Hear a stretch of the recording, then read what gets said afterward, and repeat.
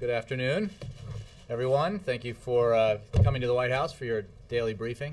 I want to welcome, we have a group of Haitian journalists here visiting. I want to welcome you to the White House Briefing Room. I have a couple of things I'd like to read out to you before I take questions.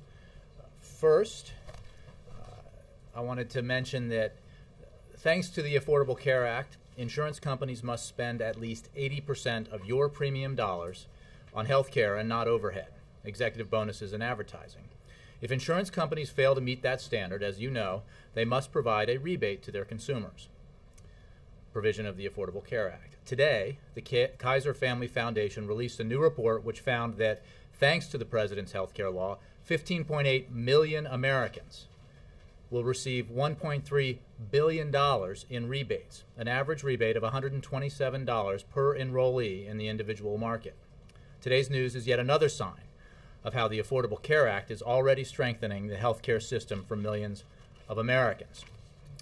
On a second matter, I just wanted to let you know that as part of his regular briefings on Homeland Security and counterterrorism, the President met today with members of his national security team to review the threat picture as we head into the anniversary of the bin Laden takedown. At this time, we have no credible information that terrorist organizations, including Al-Qaeda, are plotting attacks in the U.S. to coincide with the anniversary of bin Laden's death. However, we assess that AQ's affiliates and allies remain intent on conducting attacks in the homeland, possibly to avenge the death of bin Laden, but not necessarily tied to the anniversary. The President thanked his team and directed them to continue taking all necessary measures to protect the American people. With that, I'll take your questions. Ben. Thanks, Jay. A couple questions. First on the Secret Service. Now investigating another alleged incident involving agents and prostitutes, this one in El Salvador during the President's trip. I know you defer questions about investigations to them, but I'm wondering if the President directly has ever been assured by Director Sullivan that what happened in Colombia was isolated, or has there been an understanding here that there might have been other incidents? As you know, the President was briefed by Director Sullivan. I do not have a point-by-point readout for you of that meeting. He was briefed on the investigation specifically into the incident in Colombia. That investigation is continuing, although, as you know, action has been taken with regard to a number of individuals. I don't have anything more for you on that. I would refer to you, as it relates to the reports that you just mentioned, to the Secret Service. I simply don't have anything for you on that from here. As the President anyway directed the Pentagon in its investigation to be completely forthcoming, I ask because Senator McCain said today that the Secret Service seems to be forthcoming in its review, but as it relates to the military members, he said the Pentagon has completely stonewalled. Well, I would refer you to the Defense Department. I'm aware of the reports of what Senator McCain said, but I obviously am not familiar with the briefing they received. The President's position, as he explained it when he was taking questions in Colombia, is that he believes that every American who travels abroad representing the United States should behave himself or herself in accordance with the highest standards of probity and dignity. And I think that applies to representatives from all different branches of the government and agencies within the administration. Okay, one other question on the student loans. You've talked about how this issue shouldn't be partisan, but it is. Speaker Boehner said the President has turned this into a political one, not just by pushing for his idea, but by traveling, going to campuses. And one of his quotes was today from Speaker Boehner was, "This is the biggest job in the world, and I've never seen a president make it so small." I'm wondering if you have any reaction to that, and whether, more broadly, you think we're sort of in another one of these low points in this town. Well, look, I understand that Speaker Boehner and Republicans on Capitol Hill are busy backing and filling, trying to explain how they can support, how they now support fixing the student loan interest rate problem when they all voted in favor of a Republican budget, the Ryan budget, their governing document, which explicitly took another course of action, would have allowed interest rate loans on Stafford loans to double. So they can't have it both ways. We are absolutely pleased that because the president has raised this issue, because he's taken it out to the country, because he's talked to students and others across the country about the need to ensure that these interest rates don't double, Republicans are now saying that they agree. Well, that's good. And I know that there's some suggestion that, well, even though they voted for the Republican budget, that made it a fact if it were to become law that these student loan rates would double. They were going to fix it. That was always their plan. They just didn't tell anyone. It was a secret. And maybe they were just going to announce that, spring it on the American people sometime late in June. Well, I know none of you believe that. And in fact, there was a vote in a committee on this issue during the deliberations over the Republican budget, where a Democrat on the committee offered an amendment that would have fixed this problem, ensured that the lower interest rates continued beyond July 1st. Republicans voted unanimously against that. So we know what their position was. We are glad they changed it. And they changed it in large part because the president took his argument out to the country, and they felt that pressure. The American people understand, in a way I guess that the speaker doesn't, that education is an essential element of the American economy. Making sure that our kids get a quality education is elemental not just to their individual futures, but to the future of the American economy. That's why it's so important. That's why the president's out there pushing this issue, and that's why he is happy to see Republicans now a little Johnny-come-lately supporting the position that he's taken. Yes? I want to follow the same theme. One of the other things that Speaker Boehner said today is depicting this dispute over student loans as a fake fight and something that the president amplified by going out to the country to speak about it. But you've just said that you think by going out to the country that actually caused the change that you were wanting. Yes. Just wondering if you could discuss, is there not also a thought of engaging directly with Congress, having meetings here, having the president go to Capitol Hill instead of to North Carolina? Well, I think we saw it in the payroll tax cut issue debate that resulted in Republicans ultimately doing the right thing and making sure that millions of Americans hardworking Americans didn't have their taxes go up this year.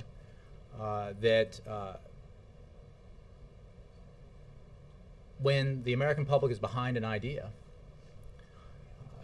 that Congress responds, at least on some occasions, and that hopefully is the case here. Now, we're not there yet. There's obviously an effort to continue to politicize this, to try to refight old ideological battles, and rather than just acknowledging that this is the right thing to do and working together to get it done.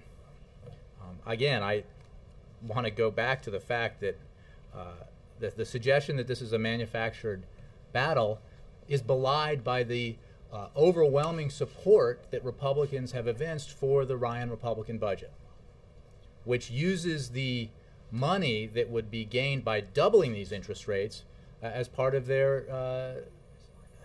how they provide tax cuts to the wealthy and reduce spending overall. So either you can't have it both ways. You can't say America has got the equivalent of the stage 3 cancer of socialism because the federal government is tampering in all kinds of stuff it has no business tampering in. Congressman Republican from Missouri referring to this policy and the president's position on the need for Congress to take action to ensure these rates stay low, and then say you were for it all along. It's just not credible. Let me move around. Jessica.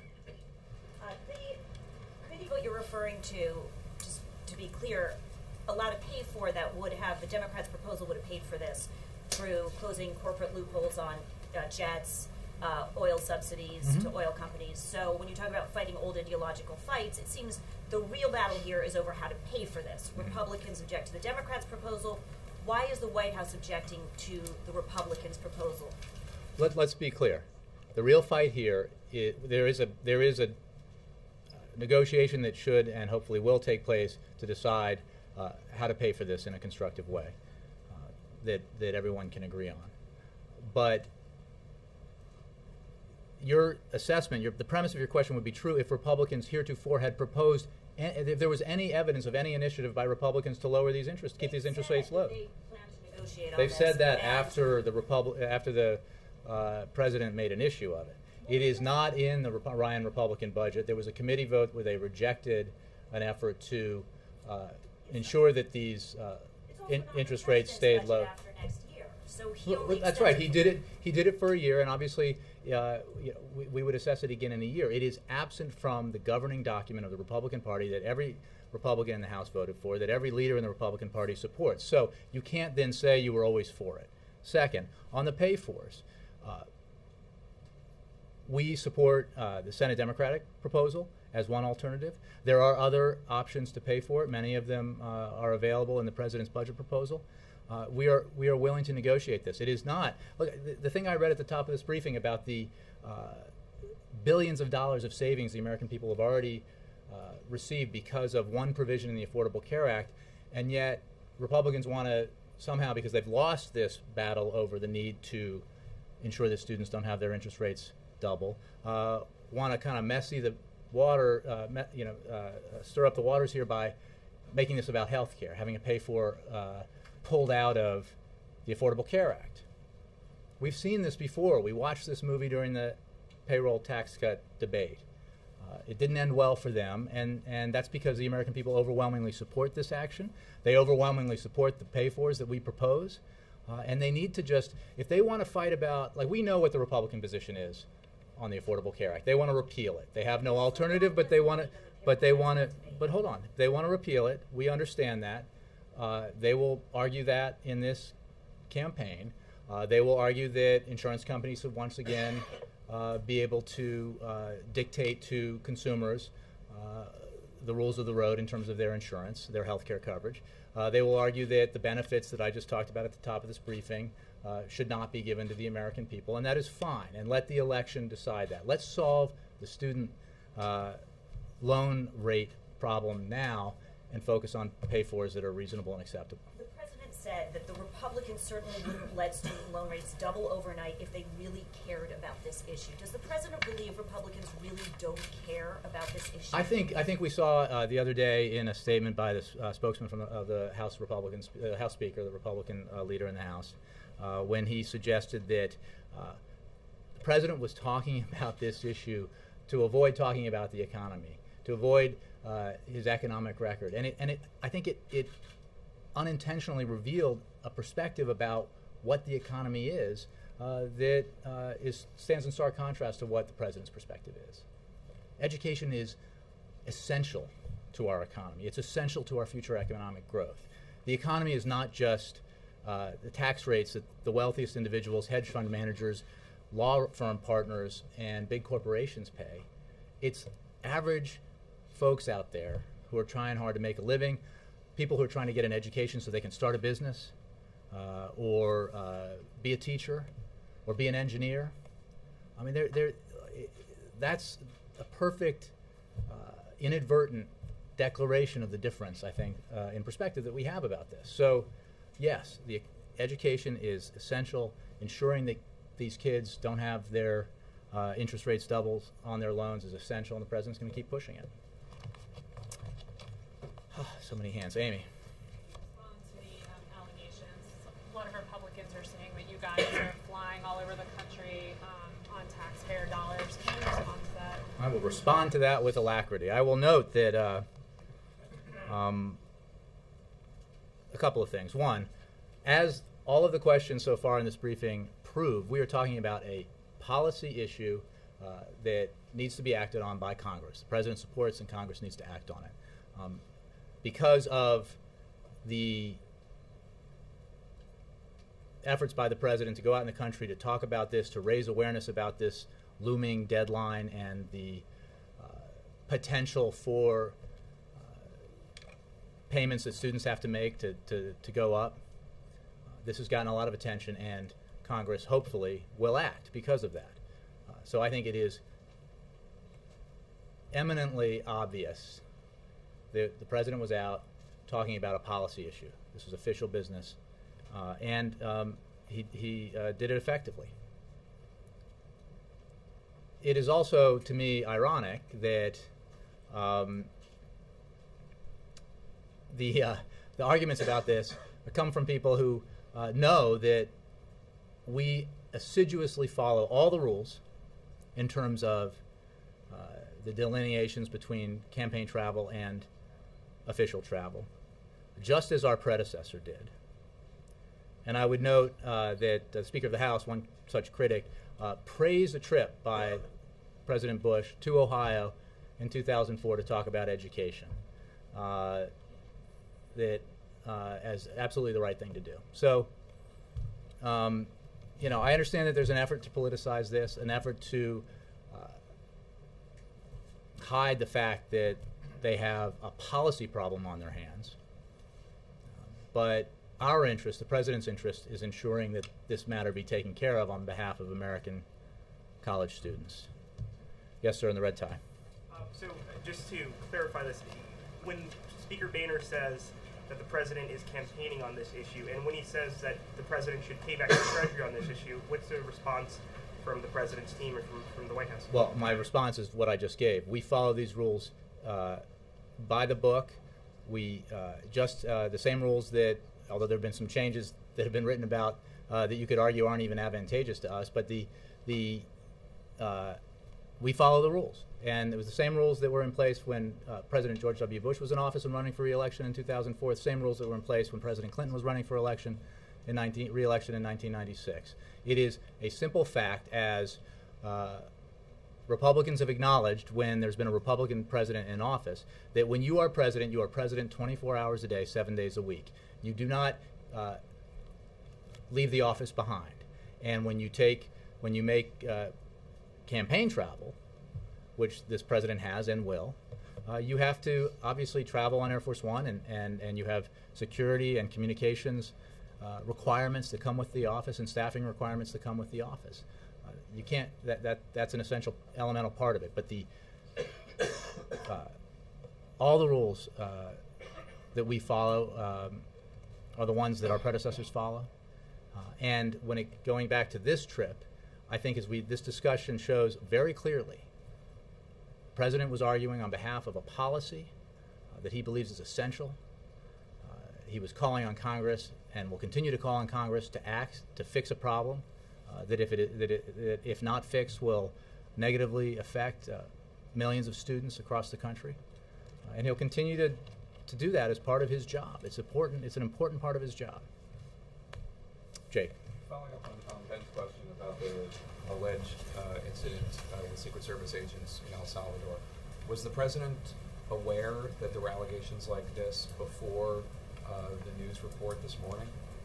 I don't think so. I doubt it. I don't know that any of us were aware of it till we read newspaper reports. I guess my question is,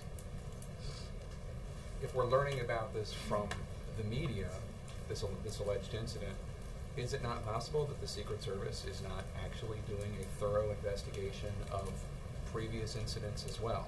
I would refer you to the Secret Service for questions about their investigation. We have said that when that investigation is complete, they may have things to say about questions regarding overall culture or issues with the service, if there are any that extend beyond this particular incident in Colombia. But certainly for the time being, we're not going to comment on unconfirmed reports that appear in the newspaper about potential other incidents. It's just, I think the Secret Service is handling this, and that's where you should direct your questions. But are they? Are they looking into other possible reports? I think you should ask them what, direct questions. We have. And the first statement that the Secret Service gave this morning was something along the lines of unconfirmed reports, we'll look into anything credible. Mm-hmm. Well, I guess the question is it up to the media to investigate what the Secret Service might have done, or is the Secret Service taking the lead on that? Well, again, I would refer you to what the Secret Service said I don't have anything more for you on it. All right, just one other issue. Could you comment at all on the Department of Labor rule requiring 90 hours of training for safety for children that might be working on farms? This has offended some people in rural communities, and I'm wondering, why did the administration feel like this rule was necessary? What's the reasoning behind it, and how much were rural communities consulted before it was issued? Jake, I'm not familiar with it. I'll have to take the question. Okay. Thanks. Nora? How is the president going to be assured that this is not a pattern of behavior by the Secret Service? Nora, I will answer your question as I have others, which is the Secret Service is still engaged in an investigation. The issues that may or may not emanate beyond the specifics of this case, I think, are ones that you should, if you have questions about it, should address to the Secret Service. While this is an ongoing investigation, we're not going to comment more broadly, and we're certainly not going to comment upon rumors or speculation that appears in the media about either this incident or other potential incidents. Would the president like to make sure that it's not a pattern of behavior? The president made clear that he believes that those of us who work for the U.S. government, whether at the White House or in an agency of the administration or for Congress or in the military, when we travel abroad on official trips, we are representing the people of this country, and we should do so by conducting ourselves in an appropriate manner. When the Democratic leader, Harry Reid, was asked about today whether this was a pattern of behavior and what should be done, his response was, hire more women. Does the president believe that's the answer?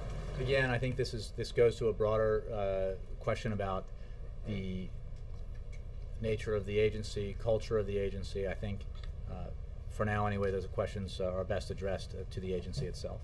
And then finally, Secretary Napolitano on the Hill yesterday said that over the past 2.5 years, the Secret Service Office of Professional Responsibility has not received any such complaint of wrongdoing. Is that sufficient, having not received a complaint, that there's no wrongdoing at all? I would just refer you to Secretary Napolitano, obviously whose department oversees this agency. Roger. Give us a bit of a preview tomorrow. Travel to Fort Stewart, Georgia. What's the message? First of all, where are we going? Stewart, Georgia. Georgia? How come you guys aren't asking? Why are we going to Georgia? How many times have you been It's to a battleground. That's why it's in play. I think I mentioned yesterday on Air Force One in response to a question about this that the subject matter of the trip, which is an official trip, is the President and First Lady's commitment to our veterans and military families. It'll be related to that. I think we'll have more specifics for you on the trip later today in a call that you can join. Do you know if you'll be talking about the status agreement talks between the U.S. and Afghanistan? Well, I think I just gave you a little bit of preview of the subject matter, which seems a little different from what you just asked. But for more details, I urge you to call in. We'll give you information for that call in a little later. Sure. For a second, you mentioned the briefing he got today about OBL anniversary. Biden mentioned it today at NYU. Is he going to do anything on Tuesday? I don't have any advanced scheduling announcements for you for next week. I'm sure we'll have more information about next week for you tomorrow. But it sounds like he's not going to be talking about it tomorrow. Again, we'll have more information about tomorrow's trip. I did, perhaps a little prematurely, show a little ankle on the subject matter yesterday, so I'm confirming what I said yesterday, that it'll be related to veterans and military family issues, but beyond that, we'll have more information for you later. On that same thing, is there any discomfort at the White House about politicizing the decisions and everything else that surrounded the takedown of bin Laden? I think, I'm not sure what your question, I think you need to ask a more specific question. In light of the Biden speech today, and I'm just wondering to what extent is this going to become a political issue? He said it was the bumper sticker for your campaign. Well, I think that foreign policy will obviously be discussed in the campaign. I would refer you to the campaign for more on the Vice President's speech, which was a campaign speech.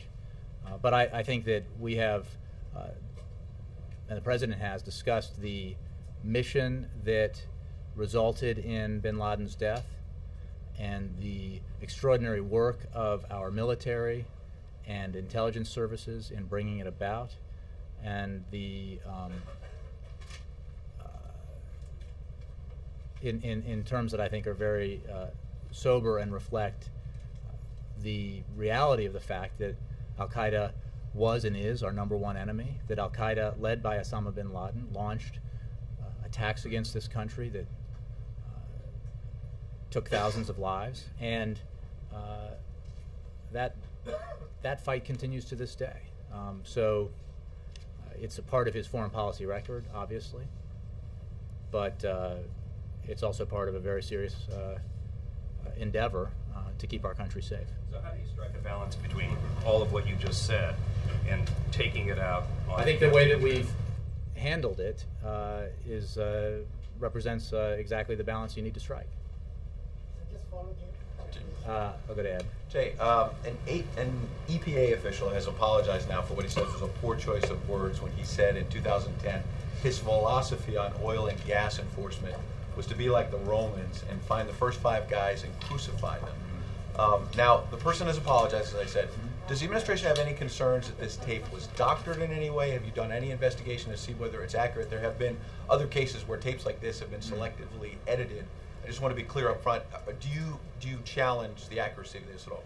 I have not heard suggested that there's an issue with that. I think that you noted correctly that the individual here apologized and made clear that those comments are an inaccurate way to characterize the work EPA does. And in fact, he's right. They are entirely inaccurate as a characterization of the work that EPA does. I would note that just recently there was a rule put out by EPA affecting natural gas that was supported by both industry and environmentalists, demonstrating the kind of approach that we take on matters like this. And I would note that since the President took office, oil and gas production has increased each year. Oil is currently at an 8-year high, and domestic natural gas production is higher than at any time in history. On federal lands and waters alone, oil production is up 13% since the President took office. And in 2010, for the first time in 13 years, imported oil accounted for less than 50% of the oil consumed in America. So the President's approach is all of the above approach to our energy needs, I think, documents and proves that those comments do not reflect his policy or the approach that the EPA has taken. The Republican Senator Inhofe, who's been a longtime critic of the EPA, many, many years, says, however, that there have been actions taken by the EPA in states like Pennsylvania where they've accused natural gas companies of contaminating water. He and other Republicans think it's been trumped up. Does this not call into question some of those actions when you now have this tape of an official letting his hair down and saying, let's crucify them? Well, again, the official's comments not only are inaccurate as a representation of or characterization of the way that the EPA has operated under President Obama, they are provably inaccurate by our record on these issues. As I just mentioned, oil production is up 13% on federal lands and waters. Oil is currently at an 8-year high production here, and domestic natural gas production, the issue that you're talking about, is at an all-time high. So clearly, there is not an effort of the nature that you talk about. Quite the contrary, there is a commitment to ensure that natural gas is an essential part of our energy future. And the President believes very strongly that we can exploit that resource in a safe and responsible way. So last thing, if that is your policy, and if the President's approach going back to the 08 campaign was about hope and change and setting a new tone, setting a new tone, somebody saying we should crucify the industry, why is that person still working at the EPA? It's a political point. I think he's apologized, and what he said is clearly not representative of either this President's belief in the way that we should approach these matters, or in the way that he has approached these matters, either from this office here in the White House or at the EPA. Yes, Kristen. Jay, what was the president's reaction about the allegations out of El Salvador? I have not spoken to him about them. Again, you're talking about a rumor in a newspaper that, as far as I know, is not confirmed, and I would just refer you to the Secret Service. It wasn't a rumor. Well, It was an investigation by And the there Secret was a Service source, has and said then and they are reporters looking never, into- like investigations, they never get it wrong, right? at least somebody's investigating. No, fair enough, but I haven't talked to him about it. I don't have a reaction for you. And going back to Secretary of Homeland Security Napolitano's comments yesterday, she also said that not everybody else was doing it, and that second, this behavior is not a part of the Secret Service way of doing business. To be fair, she also said the investigation is continuing. Mm-hmm. But is there any concern that some of those comments may have been premature? Well, look, I think the president has said, and said as recently as 2 nights ago, that he believes very strongly that the vast majority of the men and women who work for the Secret Service conduct themselves in an entirely professional manner. And they conduct themselves that way as they carry out a responsibility that is dangerous and difficult and essential to our democracy. This does not excuse any occasion where those standards have not been met. But the president believes, and I think Secretary Napolitano reflected this in her remarks, that the vast majority of those men and women who work for the Secret Service are absolute professionals, committed to their mission, and that their work is very important. Shifting topics, Jay, Senator Marco Rubio has proposed his own DREAM Act of sorts, in which the administration, I believe, feels doesn't go far enough, create a path to citizenship for some children of immigrants. Has the president reviewed this plan? I think that's actually not a quite accurate representation of his loose proposal, which is not in legislative form. But in terms of the path to citizenship, has the president, have you? I don't think it's ever been presented, to my knowledge. But the let's go back to what we're talking about here. The president has repeatedly made clear that he is a strong proponent of comprehensive immigration reform in order to restore accountability and responsibility to a badly broken immigration system, which is something that's vitally important to building an economy that has the foundation for necessary so that America can compete and win in the 21st century. And that position includes his very strong support for the DREAM Act. And it's important to remember that the only reason the DREAM Act is not law right now, the only reason that comprehensive immigration reform is not law right now, is because Republicans have consistently demagogued the issue and blocked action in Congress. Now, if Republicans are ready to recognize that we can work together on this issue, and if they want to start with the DREAM Act and give young people who have been raised as Americans a path to citizenship so they can serve in our military, put their talent to work in our schools, work in our labs, and start businesses, then we should do that. And let's give them a rigorous and thorough process to get right with the law, but one that provides a pathway to citizenship. And I think this is an issue here. That's what makes sense, and the president is ready to sign into law such a bill tomorrow. We need to do this in a bipartisan way. That's been proven. I mean, we had a situation where with comprehensive immigration reform, one of the major proponents of it abandoned his support for it on the Republican side. So the president's willing to work with any member of Congress who's willing to work constructively on this issue, and he's going to continue to fight for this much-needed reform. Peter. Jay, General Gantz of Israel was quoted in an interview yesterday saying that did not think Iran was going to build a nuclear bomb. What does that... Saying what? I'm sorry. Does not believe Iran is going to build a nuclear bomb, seemingly taking a position less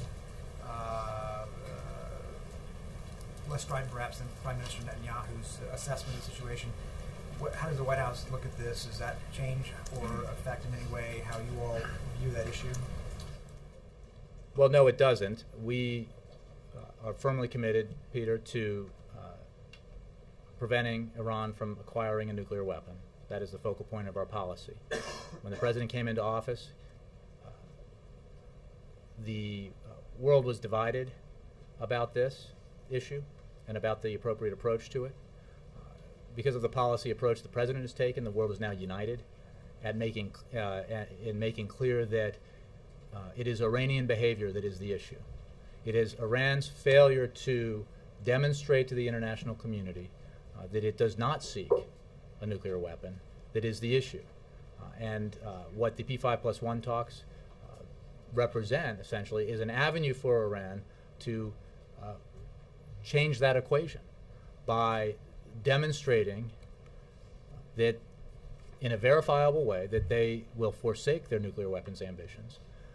And if they do that, there is a path open to Iran to rejoining the international community of nations, ending their severe isolation, and ending the punishing sanctions that have been imposed upon them because of their bad behavior. Does the United States share General Gantz's view that, in fact, Iran is not likely to build a nuclear bomb?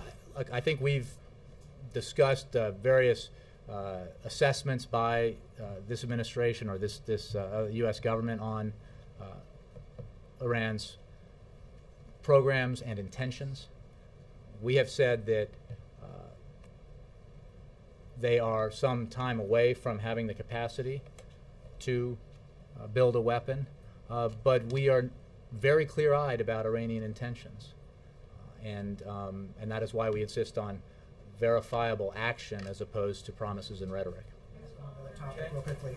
The Judicial Watch says it's received documents from you all, from the administration of the government, showing that Mrs. Obama's trip to Spain in 2010 cost the taxpayers $467,000. Do you all have any comment on that? I haven't seen that. I think we addressed this issue a long time ago, but I'll have to. I don't think I have a comment on it, but thanks. Yes, Jared. I know you were asked about this 2 days ago on Air Force One. You said you'd look into it. But when the I president, hope I did. Sorry. I sometimes forget. When the president, or if the president is briefed on the Beau July scandal that's been going on in China. Look, I think I want to make clear a couple of things about this. One is this is obviously something that's in the press, and I'm sure that he is aware of it through that. He gets briefed regularly on both things that aren't in the press as well as things that are matters of concern or just matters that are out there on the national security horizon. This is an issue within China. And I think the State Department is a good place to ask questions about this. This is not a White House matter, particularly. So when you ask me when was he briefed on it, I mean, I think I don't know that he was. I'm not in the habit of ticking off the subject items in every intelligence or presidential daily briefing he gets. But I mean, this is not an item that requires presidential action or attention. This is a leadership issue in China. Huge I mean, economic look, power. I think, but so you're asking me if he's aware of it. I'm sure he is, but beyond that, I don't know. But again, this is not a policy matter for the United States, or it is obviously a story that if you read the newspapers, you're following. But beyond that, I just don't have really a comment on it. Then yesterday, Chairman Bernanke said that the Fed would not be able to, I guess, offset the fiscal cliff that would happen at the end of the year if the Bush tax cuts weren't renewed and the payroll tax cut weren't renewed. And I wonder if that complicates the president's effort to try and make sure that the Bush tax cuts themselves aren't extended. I'm not sure that's exactly how I understood his comments, but what I think what his assessment and the assessments of others, including the president, make clear is that we need to take concerted bipartisan action to address our deficit and debt challenges. And we need to do it in a balanced way. We need to do it in a way that bipartisan commissions that have addressed this problem have all said is essential. You have to look, I mean, this is not, there's been enough attention and enough study of this issue of late that I think everyone understands that it's actually not that complicated in the broadest sense. You need to reduce non-defense discretionary spending pretty significantly, and we've done that. Lowest levels of non-defense discretionary spending since Dwight Eisenhower was president, before most people in this room were born. Okay? Second, you need to deal with, in a responsible way, reductions in defense spending. The President has proposed that. You need to deal with reform of entitlement programs in a way that ensures that the essential benefits and guarantees represented by Medicare and Social Security remain available to future generations of Americans, but that reform those programs so that they retain their solvency going forward. The President has proposed that. And you need to, as a matter of essential balance, so that you don't have to gut everything else, you need to increase revenues. You need to look at tax expenditures, and the President has proposed exactly that. The one missing element in all of this has been, in embracing that comprehensive, balanced approach, has been Republicans, by and large, elected Republicans. Republicans out in the country support it. Republicans who used to be elected but are retired now support it. Republican statesmen support it, but members of the House in particular, but also the Senate, don't. And I think that is severely at odds with American public opinion, and it's severely at odds with common sense policy. So that's our position. Wow. Voice of America. More foreign policy, please. Thank you. Always enlightening. Go back to your statement about the assessment of continuing intent by al-Qaeda affiliates and ask you about Yemen. Mm-hmm. We've seen an escalating conflict there between government troops and al-Qaeda forces. We've seen a lot of deaths and wounded there. FBI director was there the other day. What should Americans think about that situation at this point? Should they think it's improving in terms of the well, we remain very focused on supporting a peaceful transition, political transition in Yemen, and we will continue to stand by the Yemeni people as they take steps to realize a more secure, prosperous, and democratic future. It is obviously a very important place, and we have made that clear with regards to our national security. Our approach to Yemen is comprehensive, and we will continue as the transition progresses to meet the needs of the Yemeni people by delivering humanitarian and economic aid, as well as providing security and counterterrorism support to combat the common threat of violent extremism. As I said earlier, which I think you made reference to, al-Qaeda, despite the successes that we have achieved in the fight against it, remains a threat to the United States. And AQAP is in particular a threat as we see it. So that's why we have the relationship that we have with Yemen in terms of our joint efforts to fight the threat of violent extremism, and that's why we'll continue to do that. Are the drone strikes well, you know, I'm not going to comment on counterterrorism authorities or intelligence matters, but we do obviously cooperate. Yes, John Chris. According to satellite imagery being collected here in the U.S., there is unambiguous evidence that the Sudanese military are once again bombing unarmed South Sudan folks, civilians there. Do you have any comment on that? Well, I think I actually addressed this the other day, and my answer is the same today as it was then, which is that we strongly condemn that violence, assaults on the South Sudanese, and we call on all sides to refrain from taking military action. We are working very closely with our international partners on this issue and monitoring it very closely. Yeah. Yes, with the camera, sure. Thank you. A few days ago, the U.S. President made a statement on the Armenian Remembrance Day in which he avoided directly characterizing what has happened to Armenians in 1915 as genocide, although that was one of his promises during the election campaign, that he would do so and he would describe what happened to Armenians as genocide. So your comment on this, why this discrepancy? Well, I would point you to the statement. The President's position on this is well known, and you know, I think the statement was fairly comprehensive. Quick follow-up. Yeah. There was a U.S. President who actually did describe the events of 1915 as genocide. That was Ronald Reagan. He did that back in 1981. In April, he was already in this building. So I wonder if the records or the institutional memory of this building has kept this file. Again, I would just point you to the President's statement, and and the fact that his position on this issue is well known. All the way in the back. Yep. State today announced that she will be traveling to India early next month, along with China. This was not in a trip initially. Is she carrying a message from the president on her India trip? You know, I would refer you to the State Department on that. I don't have any information on her trip. Thank you all very much. Thanks, Jeff.